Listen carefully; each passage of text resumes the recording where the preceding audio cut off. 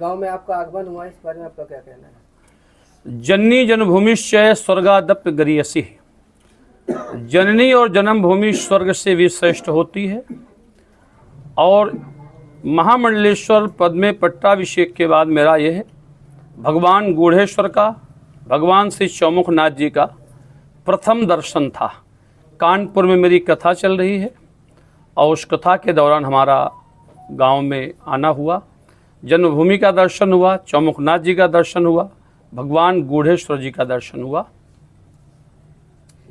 पूज्य महाराज जी, आपको एक कॉल आया था पाकिस्तान से, जान से मारने की धमकी दी गई थी, उस विषय में आप क्या कहना चाहते हैं? हम डरते नहीं अणुबम्बों से, ना विध्वंसक जलपोतों से, हम डरते हैं ताशकंद शिमला जैसे समझौतों से।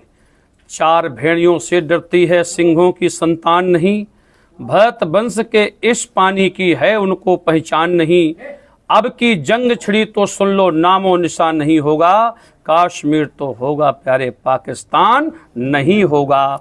एक नहीं 100 बार हमें धमकी दें, मरते दम तक हम लब जिहाद का विरोध करेंगे, वक्फ बोर्ड का विरोध करेंगे, इस्लामी गतिविधियों का विरोध करेंगे।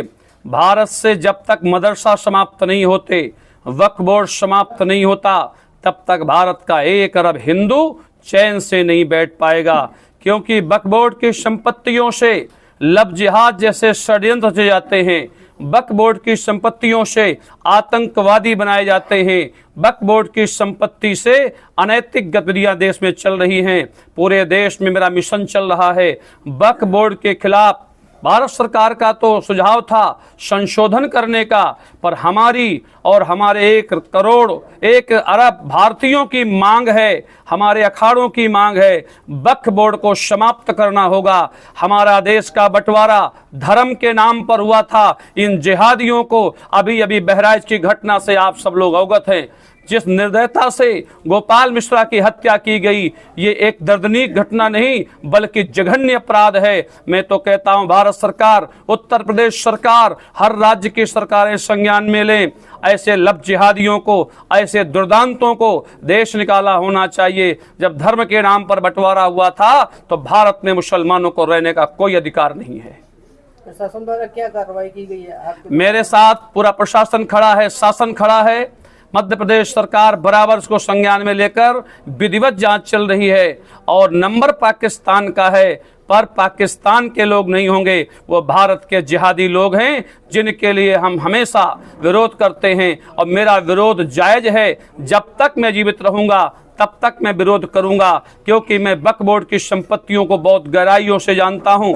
अभी 4 दिन पहले एक बहुत घृणित हरकत की मुसलमानों ने, भारत की नई संसद भवन को भी उन्होंने कह दिया कि वक्फ बोर्ड की संपत्ति है।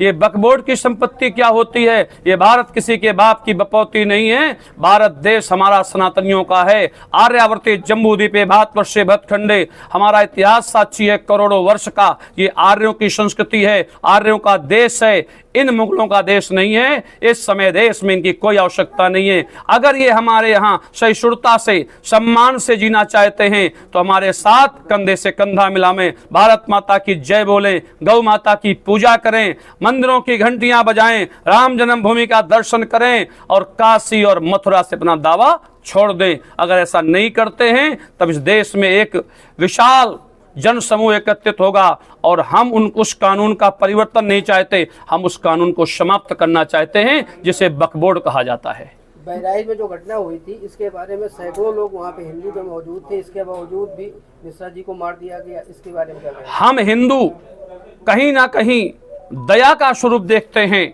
पर वो आतताइयों ने जिस तरह गोपाल मिश्रा की हत्या की है, पहले उसके नाखून खींचे गए, बिजली का करंट लगाया गया, उसको जो है तड़पा तड़पा कर मारा गया है। ये निर्दयी समाज है। ये संसार में कभी किसी का सगा नहीं होता है, ये केवल स्वार्थ में अंधे होते हैं। अतः पूरे प्रदेश को हर समय तैयार रहना चाहिए। और मैं तो कहता हूं हर हिंदू के घर में शस्त्र होना चाहिए, तलवारें होना चाहिए। उनकी तैयारियां पूरी हैं और हम तैयार नहीं हैं। आज हमारे घर में कुत्ता आता है, हम पड़ोसी से लाठी मांग रहे हैं और उनके घरों में क्या हरकत हुई। गोपाल जब वहां गए तो तैयारी ना होती, गोली कैसे चल जाती, इसका मतलब हथियार घरों में हैं। और हमारे पास क्या है? हम तो कहते हैं हर हिंदू समाज का व्यक्ति घर में शस्त्र रखे, क्योंकि हमने देवी का उपासना किया है, हमने राम की उपासना की है। देवी के हाथ में शस्त्र हैं, शास्त्र हैं, राम के हाथ में शस्त्र हैं, शास्त्र हैं, हमें शस्त्र भी रखना और शास्त्र भी रखना है। प्रशासन का ये कहना है कि 100 लोग मौजूद थे वहाँ पे, केवल 2 लोगों को एनकाउंटर करके 2 को ही हिरासत में लिया गया है, बाकी लोगों को हिरासत में क्यों नहीं लिया गया? नहीं, 5 लोगों को हिरासत में लिया गया है। अभी ये जानकारी आप तक नहीं पहुंची है। 5 लोगों को हिरासत में लिया गया, 2 एनकाउंटर पे घायल हुए हैं, 3 लोग पकड़े गए हैं। अब उनके द्वारा हमें उन अपराधियों की जानकारी मिलेगी, इसीलिए एनकाउंटर में उनको मारा नहीं गया, ताकि उनसे पूरे राज उगलाए जाएं और उनसे पूछा जाए कि तुम्हारे पीछे तुम्हारे कौन से आका थे जिन्होंने तुमको प्रेरित किया कि जाकर गोपाल मिश्रा की हत्या कर दो।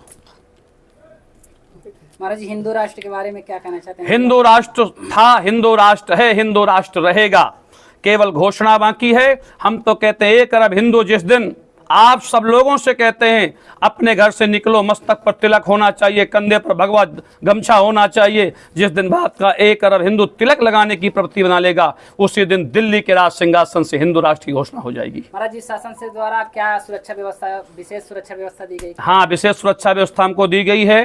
कानपुर में विशेष रूप से उन्होंने प्रशासनिक व्यवस्था की है। 8 दरोगे लगाए गए हैं ड्यूटी में। उसके बाद हर 1 मिनट का इनपुट ले रहे हैं, कहीं से कहीं कोई दिक्कत नहीं है। सरकार की हर व्यवस्था से हम संतुष्ट हैं और सरकार अपने दायित्व का निर्वहन करती है। और हम सरकार के लिए सदैव दिन रात, मैं किसी व्यक्ति पार्टी का एजेंट नहीं हूं, परंतु मैं राष्ट्रवादी हूं, देश के प्रति समर्पित हूं, हिंदूवादी हूं। मैं तो ये कहता हूं वर्तमान में पूरे देश को आंदोलन करना चाहिए। वक्फ बोर्ड का समझौता नहीं, वक्फ बोर्ड का समापन होना चाहिए। महाराज जी, आप अपनी जन्मभूमि में आज पधारे हुए, इसके बारे में आप क्या कहेंगे? जननी जन्मभूमि से स्वर्गात गरीयसी, मैं जन्मभूमि में आया हूँ।